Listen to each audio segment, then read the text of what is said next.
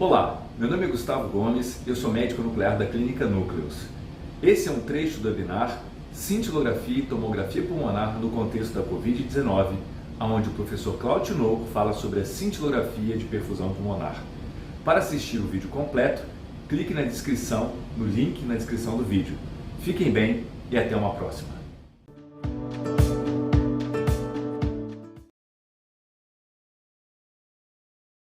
Obrigado, Janaína. Boa noite a todos. Agradeço ao Gustavo, saúdo também a Ana Carolina, né? Todos estejam bem. Também agradeço a presença das pessoas que estão assistindo. Como eu sempre falo, tenho uma alegria muito grande de interagir com a equipe da Núcleos, né? Onde trabalhei um tempo, tenho muitos amigos e tenho admiração muito grande por Dr. Enio, toda a sua família, todo o grupo que compõe a Núcleos, né? Acho que essas atividades que vocês fazem mostram a excelência que vocês buscam, né? Sempre com temas científicos, envolvidos em pesquisas, ações de ensino, de qualificação médica, de levar para quem está na ponta o que tem de mais novo. Isso é muito importante e, assim, exemplar. Parabéns pelo trabalho que vocês fazem. E agradeço muito o convite para falar desse tema, né? A Covid ela tomou conta da vida de vocês e eu vou falar para vocês que quando teve, né, deflagrou a pandemia em março, né, do ano passado, né, foi de fevereiro para março, então dia 13, dia 15 parou tudo, né, as atividades, as sessões clínicas, as aulas na universidade, né, depois foi retomando já nesse mundo virtual.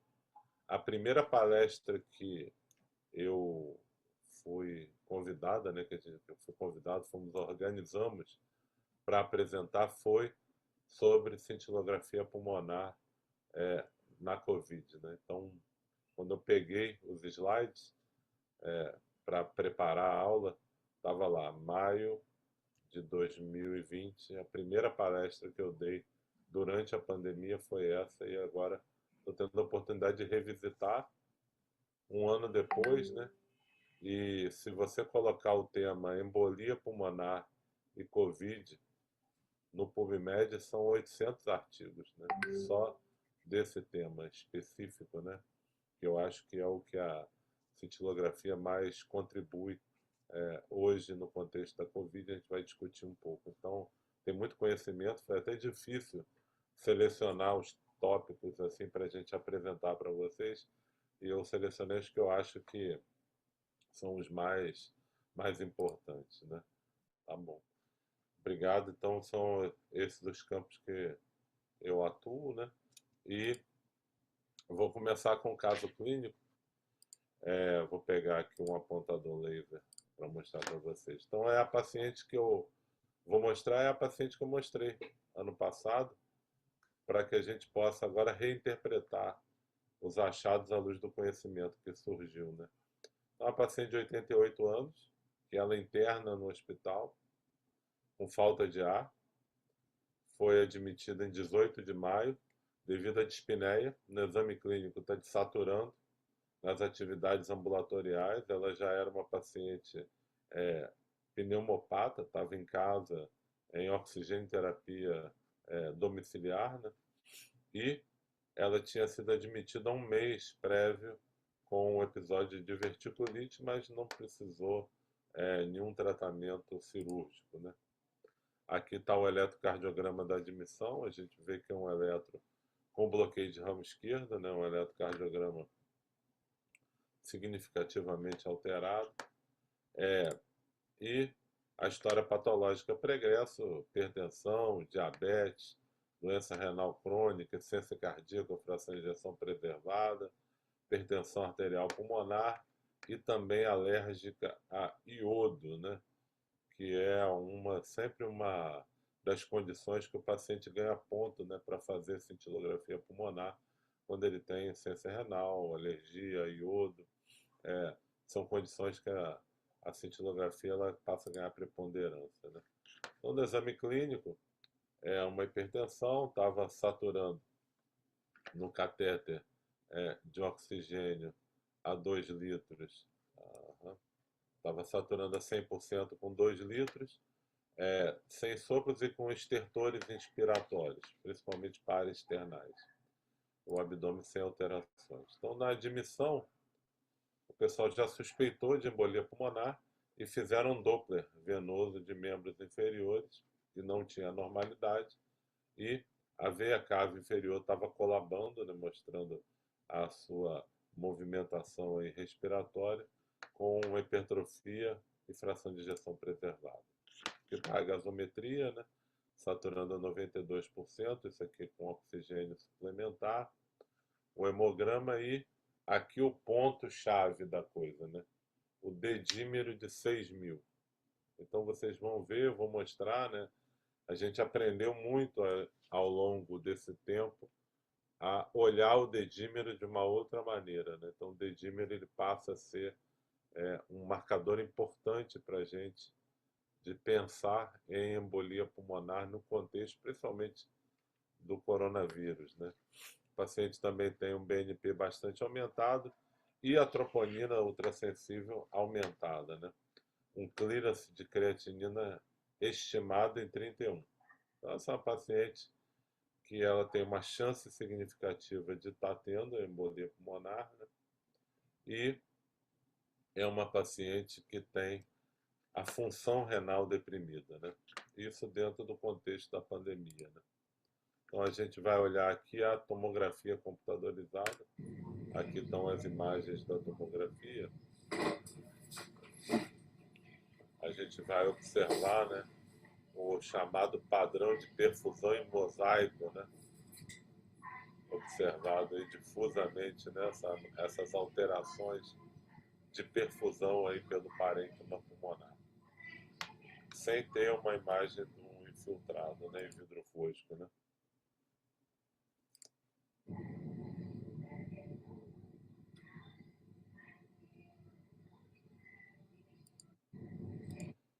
Então aqui está o laudo, né? Os parênquima pulmonar com atuação em mosaico, faixas de atelectasia, e a impressão é que não se caracterizava sinais de processo infeccioso. Essa foi a impressão da época, né? E a paciente se recusou, né? Então, nessa época tinha isso também, né? Os pacientes não queriam fazer a pesquisa, achavam que iam ficar estigmatizados, né? No começo da pandemia. Muita gente se recusava a fazer a pesquisa aí com PCR do coronavírus, então a gente tratava como se fosse, né, a Covid, né? Então, qual foi a conduta, né?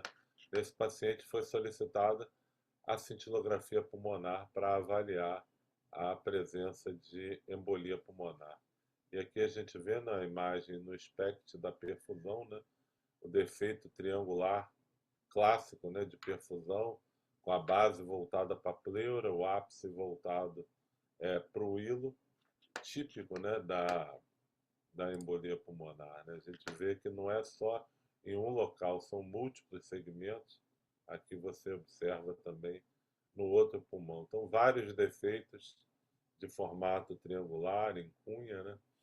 E a paciente, então, recebeu o diagnóstico de embolia pulmonar no contexto da Covid. De lá para cá, a gente tem visto vários e vários casos, né? E é uma condição muito frequente, como a gente vai mostrar para vocês. A gente não sabia quase nada na época sobre isso, né? Eu tinha ouvido falar, não, a Covid aumenta a trombose, é para anticoagular, não é para anticoagular. Me lembro como se fosse hoje a discussão que se seguiu, né, nessa reunião. E a gente já sabe bastante coisa hoje, né? Tem inclusive guidelines sobre isso. E esse é um dos estudos mais interessantes, um estudo publicado no final do ano passado no Annals of Internal Medicine, sobre autópsia e tromboembolismo venoso em pacientes com Covid. E esse estudo, a gente vê aqui, esse paciente, ele fez uma tomografia computadorizada e você observa aqui os achados, né, antes do paciente morrer, depois tem uma tomografia também que eles fazem antes da necrópsia, né, que é a necrópsia dirigida, né, você faz uma tomografia e vai nos locais que a tomografia mostra as alterações de modo não invasivo.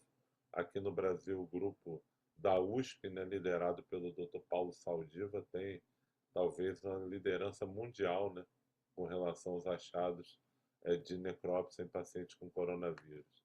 Então a gente vê as opacidades, né, em vidro fosco bilaterais, em ambos os pulmões, a presença de um tubo aqui para drenagem do tórax, porque teve o pneumotórax, e vocês vejam aqui, né, na necrópsia, um gigantesco trombo aqui dentro da artéria pulmonar, né?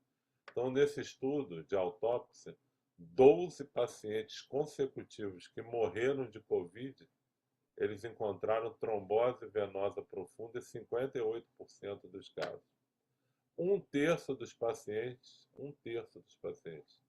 tiveram embolia pulmonar como causa direta da morte.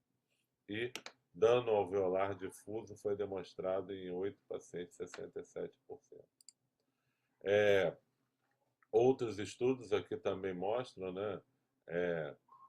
Esses são estudos iniciais, né, daquela época, 23 de abril do ano passado, bem do começo, 24 de abril, o começo, né? Então se começou a pensar, né? Poxa, tem mais embolia pulmonar, vamos ficar atento para isso, né? E hoje, né, esses são os artigos mais recentes, esse da Thrombose Research saiu 31 de março, né, poucas semanas atrás. Esse de 18 de agosto, esse é de 25 de agosto, mostram isso, a prevalência de embolia pulmonar em pacientes com Covid. 5% dos casos hospitalizados vão evoluir com embolia pulmonar. Quando você suspeitar de embolia pulmonar, ela vai ser confirmada em 20% dos casos. E dos óbitos, né, você encontra tromboembolismo, né, trombose venosa, em 58% e um terço, né, como mostrou o estudo da autópsia, a embolia pulmonar contribui diretamente. Então, é bastante frequente, é bastante comum, é causa de morte, é causa de piora ventilatória, piora respiratória, e o médico ele tem que estar atento. E a gente vai falar para vocês que não é só nessa fase aguda da internação, não, é depois da alta. Esse é um dos estudos bastante interessantes, mas tem vários na literatura relacionando o dímero, né, o dedímero, e acima de 1000 você tem que ter uma alta suspeição de que o paciente está tendo um provável tromboembolismo pulmonar, né?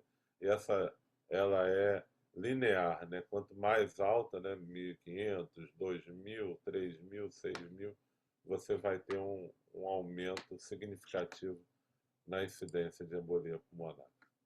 Saiu agora também, no mês retrasado, né, uma atualização do guideline da British Thoracic Society sobre tromboembolismo no paciente com Covid. E eles falam que você não deve usar o dedímero de modo isolado para guiar a decisão.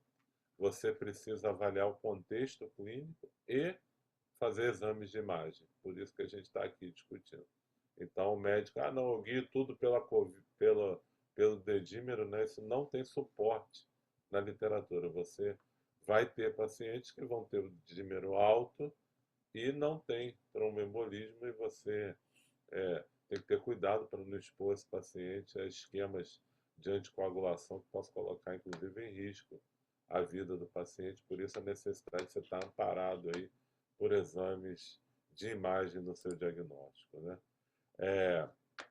O tromboembolismo deve ser considerado em pacientes que têm uma hipoxemia desproporcional, alteração no raio-x, pacientes que têm piora súbita da pressão arterial, da frequência cardíaca ou das trocas gasosas, né? Passa a precisar de muito oxigênio, e todos os pacientes admitidos com Covid devem ser avaliados para, a maioria, receber profilaxia, não tratamento de embolia pulmonar. A profilaxia, né, como pacientes acamados, e tem vários esquemas. O objetivo dessa aula não é discutir a terapia em si, né? Esse documento também é bastante interessante, não tinha um documento tão forte, foi publicado no final do ano passado, do PERT Consórcio, na CHEST, né? Grupos especializados em embolia pulmonar, e tem um algoritmo bastante aqui interessante, né, para a investigação, suspeitando da embolia pulmonar, você deve fazer imagem, né? Aqui no caso, a angio-TC, né? Para confirmar, você vai começar a anticoagulação plena do paciente. Se você não confirma, você vai continuar pesquisando com Doppler de membro inferior, com eco transesofágico, transtorácico, procurar os sinais indiretos. Você tem que buscar evidências que amparem a sua investigação e depois você vai, dependendo dos achados de imagem e tal, estratificar o risco do paciente com embolia para decidir o tratamento que vai ser mais ou menos agressivo. No paciente que não pode fazer a angiotomografia, como esse paciente que eu mostrei, né? A paciente tem um clearance de 30, né? Você coloca contraste na senhora de 88 anos, a chance de você evoluir com um agravamento da função renal é muito significativo, né? Assim, são vários pacientes que já fizeram exames contrastados, diversos que foram, pacientes que têm alergia, pacientes que têm um raio-x com pouca alteração, a gente vai mostrar, são os pacientes que se beneficiam muito da cintilografia pulmonar, e o acompanhamento desses pacientes também é muito importante, a cintilografia pulmonar. Então, em maio daquele ano, o grupo do Montefiore, né, onde tem a colega que fez, lá, formada aqui na UF, fez a sua residência em Medicina Nuclear e Radiologia no Montefiore, a Rafaela, né, ela tem esse mentor muito importante, o Leonard Freeman. É um hospital numa cidade que é a cidade mais, né, rica do mundo, né, que é Nova York. É um hospital que faz mais de 1000 cintilografias pulmonares por ano, né? Eles têm um grupo que tem um volume muito grande de exames, e eles usam muito bem a cintilografia pulmonar de uma maneira bastante racional, várias publicações, e eles colocam aqui a complementação daquele outro algoritmo, né? Se você tem um paciente que a angiotomografia ela está contraindicada, você vai adicionar a cintilografia pulmonar, inclusive com a VQ, mas se o paciente ele não tem anormalidades no raio-x, uma cintilografia de perfusão, como foi feita nessa paciente desse caso, pode dar informações muito interessantes, né? Quando ela é normal, você exclui a embolia pulmonar, e dependendo do número de segmentos alterados, você vai ter a sua confirmação de embolia pulmonar, ou, como um teste de triagem, talvez você tenha que caminhar para uma angiotomografia num segundo momento. A gente vai falar isso mais por frente. Então, a gente tem artigos aí já publicados em setembro de 2020 sobre a utilidade desse modelo. Esse é o grupo de um dos maiores hospitais de câncer do mundo, né, que é o Memorial Sloan Kettering, também na cidade de Nova York, né? A cidade de Nova York foi um dos epicentros da Covid, né? E eles colocam aqui a utilidade clínica do SPECT-CT, só perfusão pulmonar cintilográfica para o diagnóstico de Covid-19 no paciente de probabilidade moderada a alta, né? E eles mostram aqui, né, lá no Massachusetts, eles tiveram entre março e junho, né, março, abril, maio, junho, né, em torno de 4 meses, 370 pacientes com suspeita de embolia pulmonar, fizeram angio-TC, e em 340, mas 33 fizeram cintilografia pulmonar, 10% dos exames, né? 10% dos exames. Então, ter cintilografia, ter acesso a esse exame, discutir com o médico nuclear é importante, porque você consegue oferecer um exame que agrega para o paciente. Não é uma coisa etérea. A cintilografia pulmonar é capaz de ajudar. Eles pegaram aqui 27 pacientes negativos para Covid, mas depois encontraram 6 pacientes que eram positivos para Covid. Quais foram os achados clínicos? Então aqui a gente vê o dedímero, né, sempre acima de 1.000, 14.000, 9.000.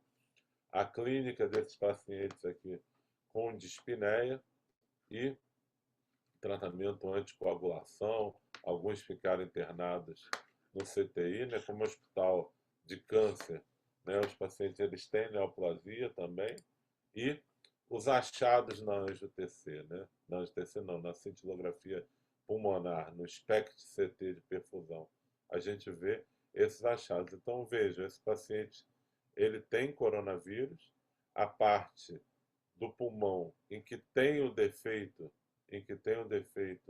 é, de perfusão, o parênquima pulmonar não tem anormalidades, e mais para as bases vocês veem a anormalidade típica da pneumonia por Covid. Então, esse padrão aqui, que a gente já conhece desde o estudo PISA-PED, do formato triangular em cunha do defeito, é a chave para dar o diagnóstico, né? Então, a conclusão desse estudo, publicado no European Journal em setembro do ano passado, foi que o estudo de perfusão isolado parece uma boa alternativa para o diagnóstico de TEP quando a probabilidade é moderada, né, a alta, né? E agora o grupo do Montefiore, no final do ano, em novembro de 2020, publicou esse artigo, um editorial. Eles analisaram já a experiência deles, né, e votam. Para tudo existe uma temporada, né, uma estação, né? A taxonomia das abordagens da performance da cintilografia pulmonar. Então, se vocês lembrarem, no começo era proscrito fazer a ventilação, né, a inalação, porque ia gerar aerossóis, os aerossóis iam dispersar o coronavírus, né? Só que foi se observando que se você só usa a perfusão, você pode ter falsos positivos, né? Então, os estudos aqui são vários, né? Usando só a perfusão, eles mostraram que a gente tem, assim, a vantagem de adicionar a ventilação, a fase inalatória, um aumento da especificidade da técnica, né? Então, ele colocou essa taxonomia. Você pode fazer o business as usual, ou seja, ventilação e perfusão da forma que sempre foi feita, mas com os adequados equipamentos de proteção individual. Hoje, a gente tem máscara N95 disponível, que há um ano não tinha. Hoje a gente conhece a dinâmica da disseminação do coronavírus, que a gente não sabia. Hoje a gente tem hospitais, eu trabalho em 2 hospitais que têm aparelhos, né? Tem até um robô, né, que faz a desinfecção da sala, né? Coloca o robô ali, ele faz a emissão de luz ultravioleta, existe todo um protocolo para desinfecção do aparelho. Então você consegue fazer uma cintilografia inalatória com segurança hoje, como você tem conhecimento, e você acrescentar para o paciente. Há um ano atrás a gente não conseguia fazer, e foi muito certo a gente fazer essa segunda aqui, que é o Business But Not As Usual, Perfusion Without Ventilation. Então, hoje, em hospitais como no hospital universitário, que a gente não tem a disponibilidade para tantos equipamentos de proteção individual com tanta facilidade, nem os equipamentos outros para desinfecção do ambiente com tanta facilidade, a gente tem feito, de modo geral, apenas a perfusão ainda.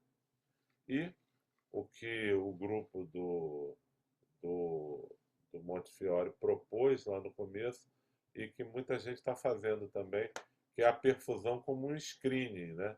Let's just see what we get, but no promises. Então você faz a perfusão. Se a perfusão está normal, principalmente com o SPECT, né, que é mais sensível, você consegue afastar a embolia pulmonar.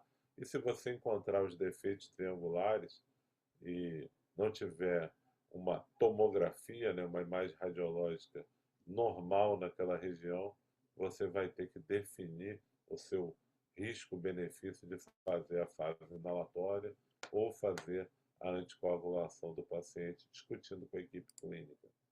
Então, aqui só para lembrar para vocês, né, a gente tem um guideline da Sociedade Brasileira de Medicina Nuclear, publicado em 2019, foi um pouco antes da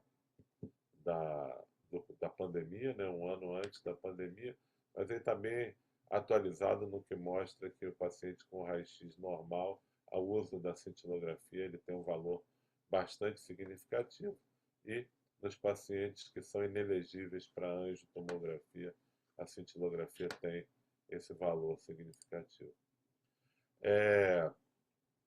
Aqui a gente vai falar um pouco para vocês sobre o que se está avaliando sobre a necessidade da ventilação. Então, a ventilação em alguns equipamentos é bastante interessante, né? A gente vai falar um pouquinho sobre isso, né? Porque geram pouquíssimos aerossóis.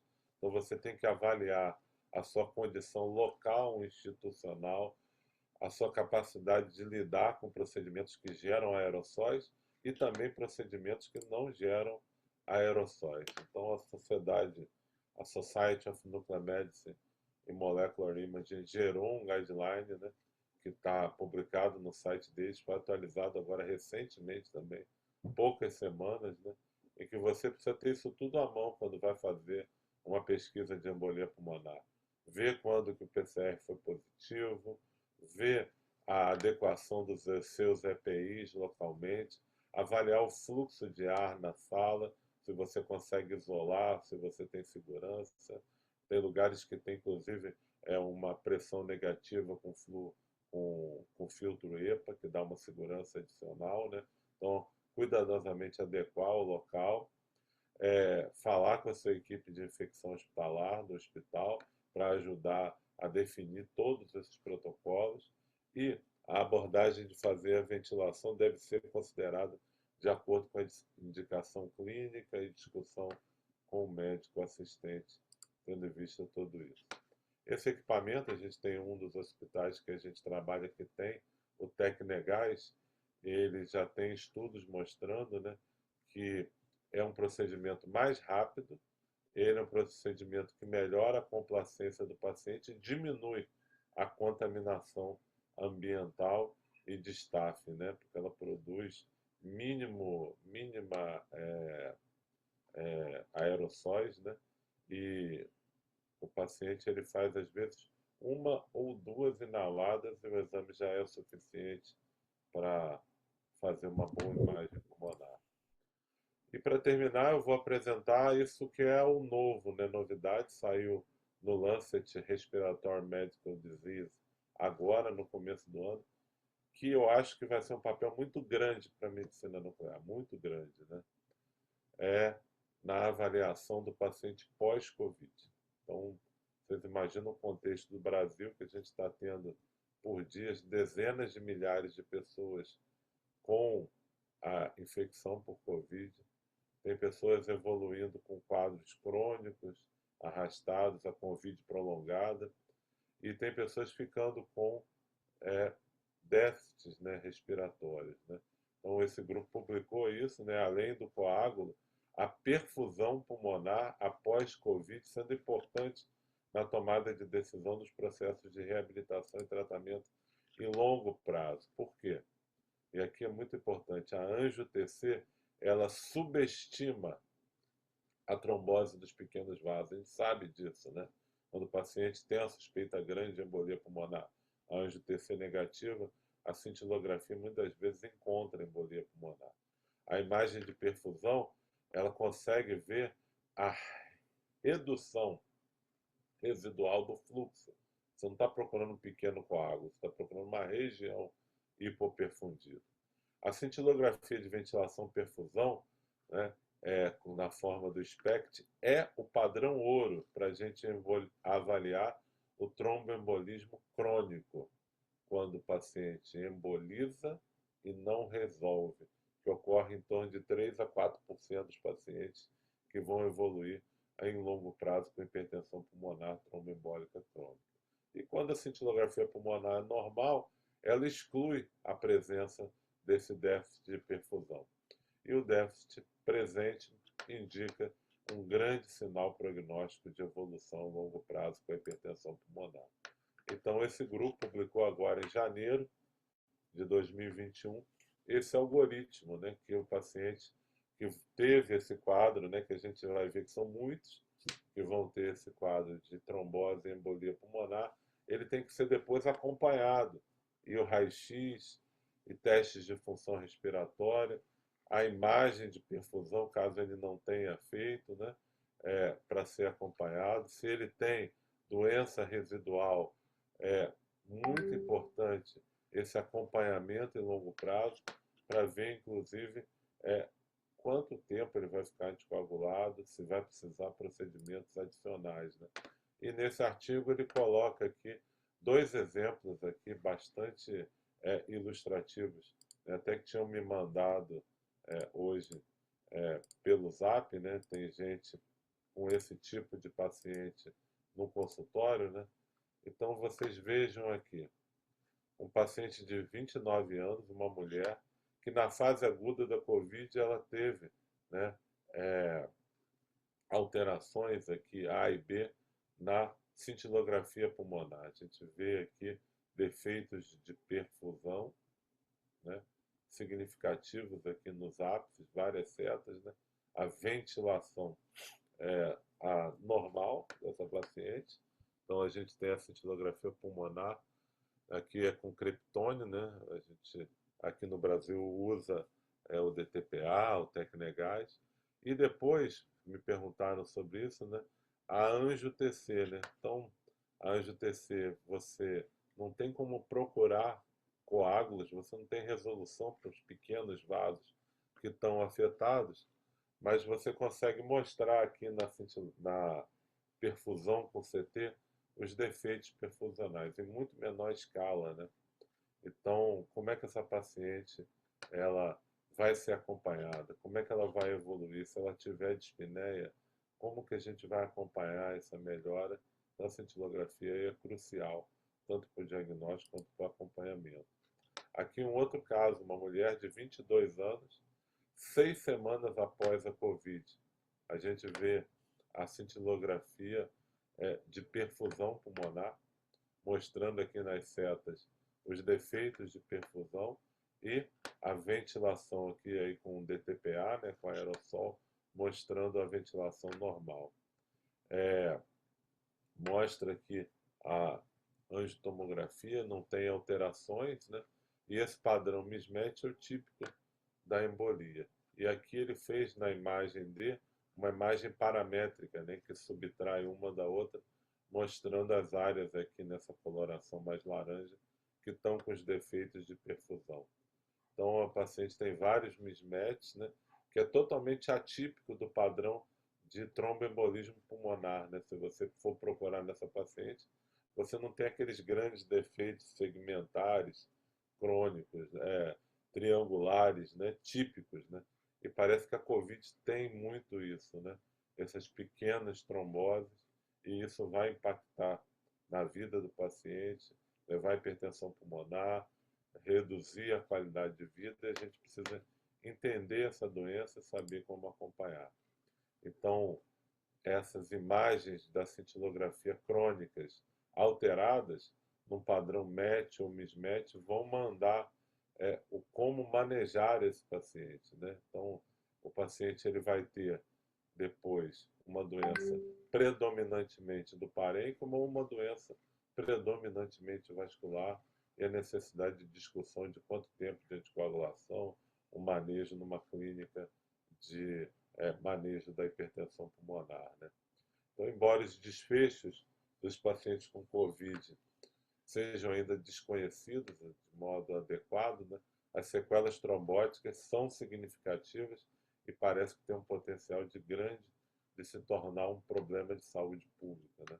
Então, dessa forma, os serviços de imagem, né, de medicina nuclear devem estar adaptados para avaliar o risco dos pacientes sobreviventes da Covid-19. Então, a gente tem informações bastante significativas de como a gente vai usar a medicina nuclear no longo prazo desse paciente. o meu último slide é esse, né? A avaliação com cintilografia pulmonar tem um papel muito importante no paciente com embolia pulmonar, tanto na fase aguda quanto na fase crônica da doença, onde há uma chance grande de complicações em longo prazo. Obrigado.